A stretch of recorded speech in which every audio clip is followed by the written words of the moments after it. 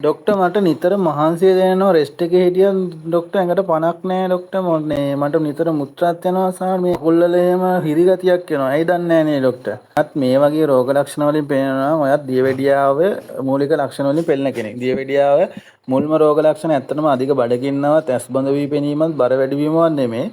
ඔයාගේ ඇඟට තෙහෙට්ටුව මහන්සියක් දැනීම. මොකද සීනි මට්ටම ඇඟේ ලේවල වැඩිවීම නිසා ඒක සෙල්ස් වලට යන්නේ නැති නිසා. ඉතින් ඇඟේ ඔයාට මහන්සියක් දැනෙන්න පුළුවන්. ඒ වගේම තමයි මහන්සිය දැනීම වගේම තව තොලකට වේලීම අධික පිපාසය ඔයාට නිතර නිතර මුත්‍රා කරන්න වීම රැයට දෙතුන් පාරක් මුත්‍රා කරන්න සිද්ධ වීම අනික තුවාලයක් හැදුනත් ඔයාට ඒක සුව වෙන්න ලොකු කාලයක් යනවා.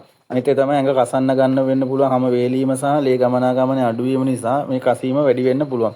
අනිත් එක ඇස් බඳ වී පේන්න පුළුවන් අත් කකුල් වල හිරිවැටීමක් තියෙන්න පුළුවන්. ඒ වගේම නිතර දිලීර ආසාදන ඇති වෙන්න පුළුවන්. අනිත් එක තමයි මතක ශක්තිය අඩු වෙන්න පුළුවන්. ඔයාගේ ලේවල සීනි මට්ටම වැඩි වුණොත්. මේ රෝග ලක්ෂණ වලින් පේනවා නම් ඔයාට මේක සුව කරගන්න පුළුවන්. ඉතින් බටහිර ඖෂධ වලින් මේක කාලයක් යයි නැත්නම් ඒක ඔයාට ජීවිත කාලය පුරාම ඔයාට ඖෂධ ගන්න වෙනවා.